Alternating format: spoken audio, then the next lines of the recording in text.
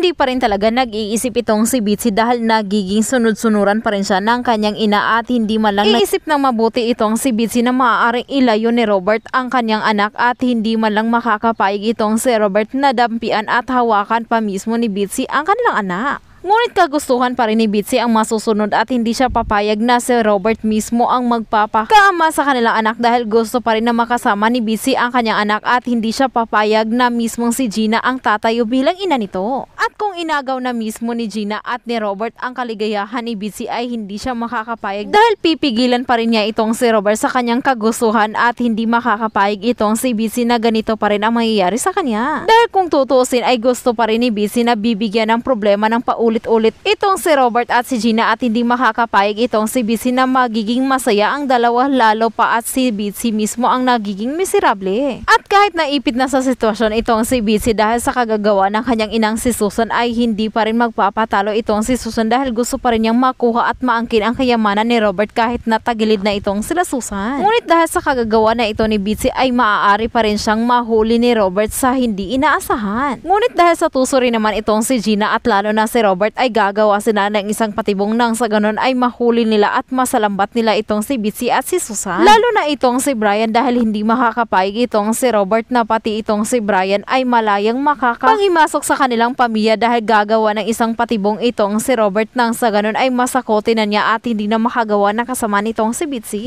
Kaya sa pagitan ni Gina at ni Bitsy ay si Gina pa rin ang mananaig dahil kabutihan pa rin ang mas pipilian ni Gina hindi kagaya ni Bitsy at ni Susan. Kaya't ipapamukha pa rin ni Gina kay Bitsy na wala pa rin kasamaan ang mananaig lalo na asukdulan na talaga ang kasamaan ni Bitsy. At dito na po nagtatapos ang ating My Father's Wife Advance Episode Update. Maraming salamat po sa panonood and thank you for watching!